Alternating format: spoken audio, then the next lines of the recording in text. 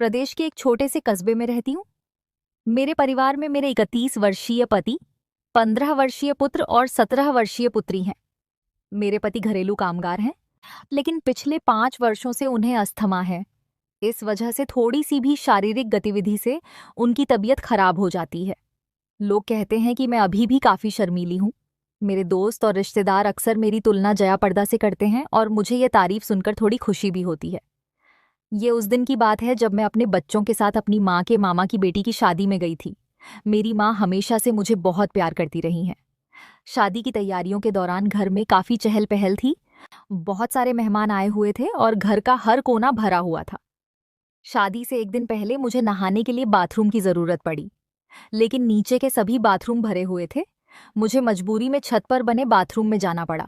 जब मैं वहां पहुंची तो देखा कि बाथरूम का दरवाजा अंदर से बंद था। मैंने पूछा, अंदर कौन है? जवाब आया, दीदी, मैं अजय हूं, बस 2 मिनट में आ जाऊंगा।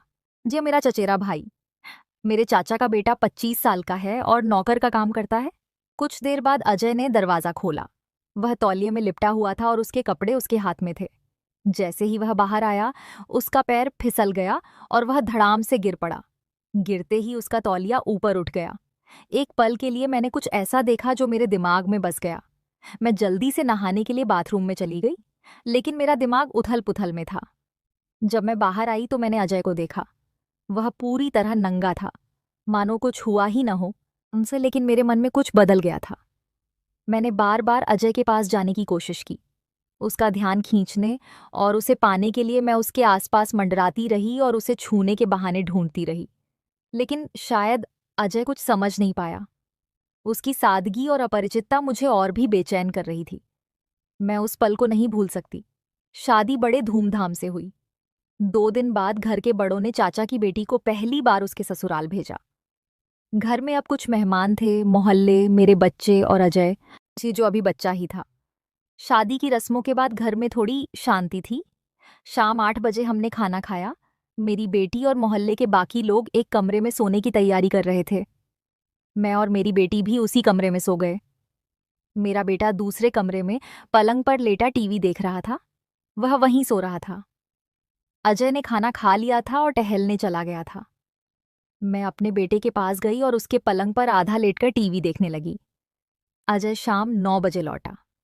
मुझे देखकर वह मुस्कुराया और बोला, क्या देख रही हो दीदी? मैंने कहा, कहानी घर घर घूम रही है। अरे तुम भी देख सकती हो। उसने कहा, मैं अभी आता हूँ दीदी, और कपड़े बदलने अपने कमरे में चला गया। कुछ देर बाद वह वापस आया और मेरे बेटे की गोद में लेटकर टीवी देखने लगा। मेरा दिल जोर से धड़कने लगा। अजय के पास होने से मेरे मन में एक अजीब सी हलचल मच गई। रात के 10 बज रहे थे। मेरे बेटे ने कहा, मम्मी लाइट बंद कर दो, मुझे नींद आ रही है। सास बहू का ये नाटक तो बहुत देर तक चलेगा, मुझे पता है। पूरा नाटक देखने के बाद आपको नींद आ ही जाएगी। यह सुनकर मुझे राहत मिली और अजय को भी अच्छा लगा। उसने कहा, जी दीदी, लाइट बंद कर दो, मेरी आंखें भी भारी हो रही हैं, मैं जल्दी सो जाऊंगी। मैंने कहा, इसे ले लो, और उठकर लाइट बंद कर दी। फिर मैं अपने बेटे के बगल में उसी बिस्तर पर लेट गई और टीवी देखने लगी। अब वह दीवार की तरफ मुंह करके लेटा था। फिर मेरा बेटा और फिर मैं। थोड़ी देर बाद मेरा बेटा सो गया। थोड़ी देर बाद अजय की आंखें भी बंद हो गईं। मैंने पूरी कोशिश की कि उसे जगाकर उसके कमरे में न ले जाऊं। मैंने देवी की आवाज को पूरी तरह से दबा दिया। कुछ और देर इंतजार करने के बाद मैं चुपके से उठी और तुरही वाले कमरे में गई और देखा, मेरी बेटी और बाकी मेहमान गहरी नींद में सो रहे थे। मैं वापस आई, रात की लाइट जलाई, मैं टीवी बंद किया और अपने बेटे के बगल में लेट गई। आधे घंटे इंतजार करने के बाद मैंने फिर से कमरा देखा। सब गहरी नींद में सो रहे थे। अजय भी सो रहा था। मेरे मन में एक विचार उठ रहा था। मैं अजय को देख रही थी और मेरा दिल जोर से धड़क रहा था। उस रात मेरे मन में क्या चल रहा था, शायद मैं खुद भी इसे पूरी तरह से नहीं समझ पा रही थी, लेकिन उस पल मेरे अंदर की इच्छा मुझे कुछ और सोचने पर मजबूर कर रही थी। उस रात जब घर में सन्नाटा पसरा था और रात के बल्ब की हल्की रोशनी कमरे में शांति का माहौल बना रही थी, ये मेरा मन बेचैन था। अजय गहरी नींद में सो रहा था। उसकी छाती से हल्की सी आवाज आ रही थी। मेरा बेटा भी मेरे बगल में सो रहा था और उसके बगल वाले कमरे में मेरी बेटी और बाकी मेहमान भी सो रहे थे। मैं बिस्तर पर लेटी थी, पर नींद का नामो निशान नहीं था। अजय के चेहरे पर वही मासूमियत और वही अनजाना सा पल था जो मैंने कमरे के बाहर देखा था। वह बार बार मेरे दिमाग में घूम रहा था। मैंने धीरे से मुड़कर अजय को देखा। रात के बल्ब की हल्की रोशनी में उसका चेहरा चमक रहा था। मेरे मन में एक अजीब सी बेचैनी थी। मुझे पता था कि मैं जो सोच रही हूं वह गलत है। मैं शादीशुदा हूं, मेरे 2 बच्चे हैं और अजय मेरा चचेरा भाई है। लेकिन उस पल जिसमें मेरे दिल और दिमाग के बीच जंग छिड़ी हुई थी। मेरी इच्छा मुझे कुछ करने के लिए उकसा रही थी और मेरी नज़र मुझे रोक रही थी।